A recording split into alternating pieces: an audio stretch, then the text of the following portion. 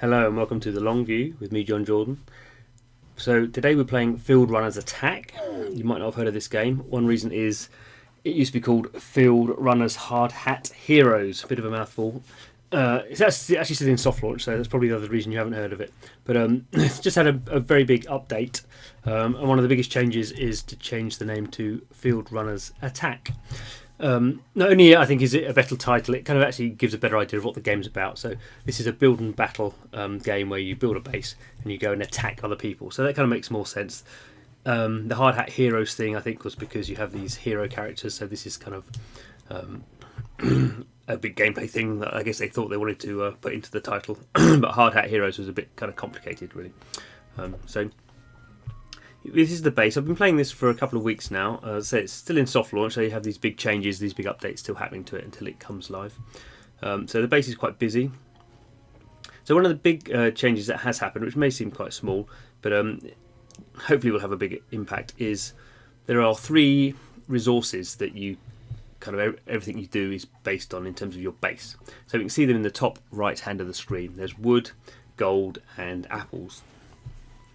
So wood and gold are fairly typical ones that you use if you want to, say we go into our research, if you want to upgrade our research building, our laboratory building, sorry, we use gold to do it. If you want to upgrade our turret, we use gold. If you want to upgrade the food shed, we use wood. So there's basically those basic kind of elements which we kind of expect in these kind of strategy games. But previously, the game just had a kind of a single kind of a shed where all the workers just kind of worked, and you couldn't really distinguish a lot between the different gold, wood, and apples. Now we can see a separate builder. So we can see here these guys are building the wood. So there's a wood mill, gold refinery. These are always there before the refineries, but what is different here if we're going to build is now we have a miner shack.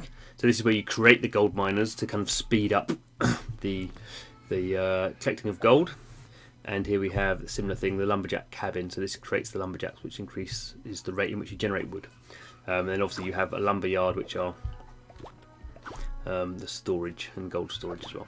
So that kind of makes more sense. The same thing here with the apples. So we see these guys there have little apple trees or apple shrubs or something. So the apples, just to say what they're used for. So the apples are used to upgrade elements in your for your heroes. So here we go. The Metal Rush flanker tank, I can upgrade its armour plating. So there we go, and also we have another kind of lots of currencies in these resources in this game. We have the cola, so cola actually then levels them up. So there's kind of 2 separate ways of levelling up your heroes. So the thing this is important is what I was finding in the game when I was playing it before it was updated was it was very slow. Just the resource creation was very, very slow. So hopefully this will just speed that up in general, but more specifically by creating, say, a lumberjack cabin. So it's just going to do it now. Create it. So that will create more lumberjacks. I can upgrade it. Oh, okay. If they don't lose my connection, so I can upgrade it, and I'm getting another worker. So that will just speed things up. So it will give you, not only I think will the game be faster at giving you these resources which you need, but also if you wanted to say really make sure you're getting a lot of gold or a lot of wood or a lot of apples even, you can kind of now better customize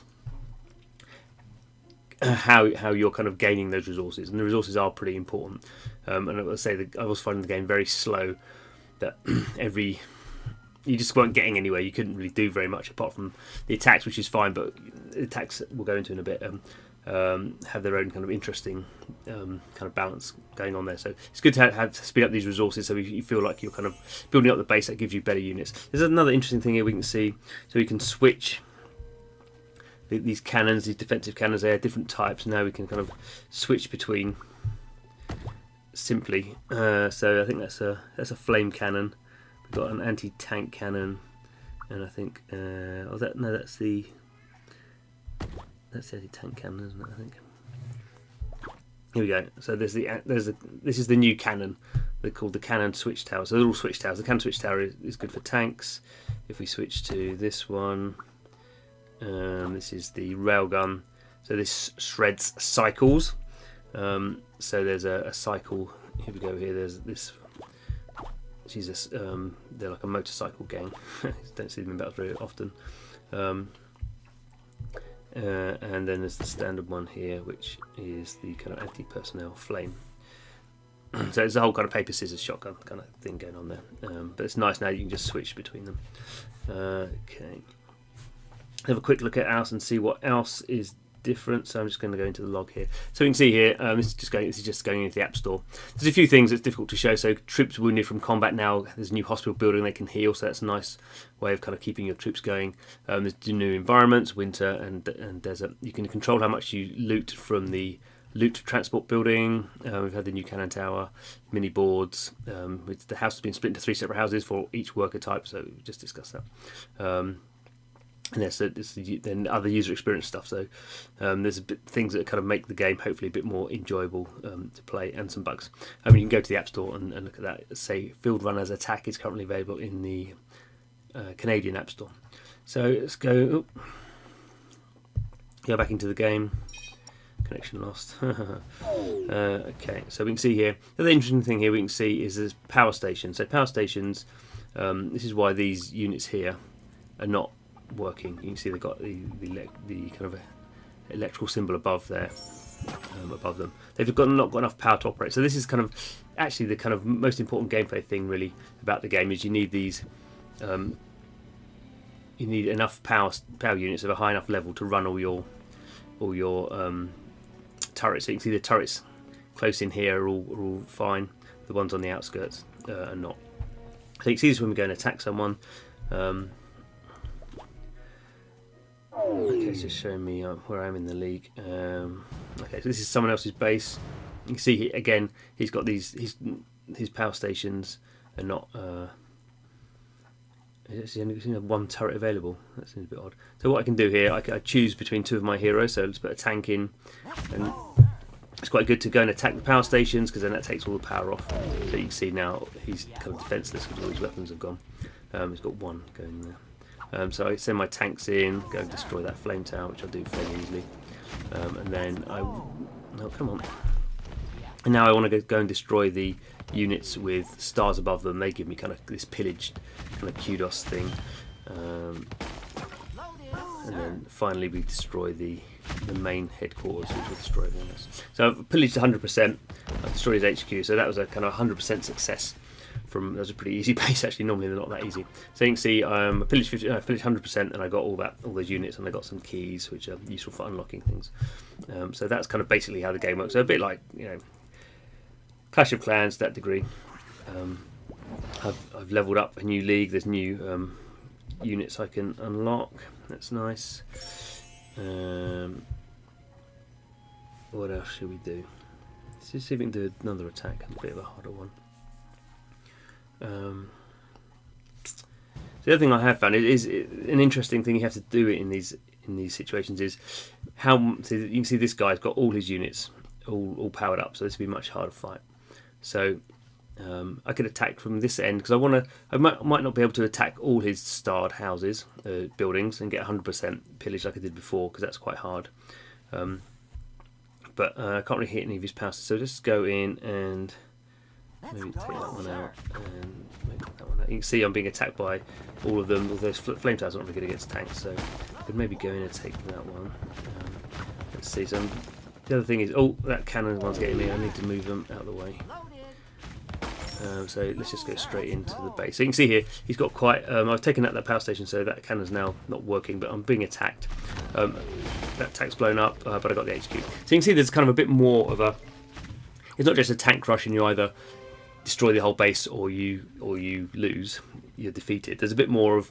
I destroyed his HQ. I didn't get any kudos points. I got some pillage stuff, but I didn't totally wipe him out. So there's a bit more kind of flexibility, I think, in terms of how you attack. Whether people will like that, I don't know. Maybe people like the digital, I won or I lost, whereas this is like I won, but not 100%. I won and got like, I don't know, whatever it was, less than 50% of the pillage stuff. Also, the other interesting thing now to see that they've added in is this, at the bottom of the screen, you can see the heroes I use now have been wounded. So now there is a hospital. I don't think I've built the hospital yet though. So where's the hospital? Oh, I need to be... Okay, so it doesn't work yet. So that's interesting. Let's go in and see. So I can't see where they're wounded. Doesn't seem to show anywhere that they're wounded. Okay, so maybe that's just someone not on the high enough level for that to come in yet. But there is this hospital where you can heal your people. So let's quickly go out to the App Store again. You say in the... Where is it? Yeah, second line. Troops wounded from combat now enter a new hospital building and heal over time. So that doesn't be available to me yet because I'm not at that high enough level. But when I get a bit further in the game, so that's again another kind of balance and check putting into the game that you could really force a battle, but yeah, your troops be wounded, then you have to wait time. So maybe it's better off just to have a quick kind of victory and not have your troops too wounded, so you don't have to hang around for ages waiting for them to be healed. So that's a quick run through the game. There's also single player missions here. I'm not going to do one. It's the same gameplay as before. I've actually not done very many at all. So you can see there's this whole, goodness me, there's loads. 60. I'm on number 4. So I haven't done very many of those, but that's a similar kind of thing. That doesn't use energy, so you can just kind of do those when you're attacking other people. You're using up some of these, some of your energy. And actually, they've reduced the amount of energy you've got, so you can't. I think you had 5 before, now you've only got 3. So it just speeds up sessions, I guess. So there we are with Fieldrunners Attack, as it's now called. As I say, it's still in soft launch. I'm sure there'll be a few other changes. In general, I found the game probably needs to be speeded up. Hopefully this will be enough to kind of speed up the kind of your progress through the game. Another thing that isn't in the game, and I think it's quite hard to do in this type of game, is have autoplay. So autoplay is quite important, just to go in and get some resources. Maybe with this speeding up of resources, that won't be necessary. But in a lot of kind of, certainly in RPGs, you have this kind of like autoplay or kind of simulation option where you just get the resources from attacks. Say hard to do in this type of game, but it can be done. I don't know whether the designers will want to do that or not. We'll have to wait and see. So anyway, thanks for watching. The long view is about playing free-to-play mobile games for as long as we can, and talking about things we like and talking about things we don't like as well. So don't forget to subscribe. Thanks for watching. Hope to see you again soon.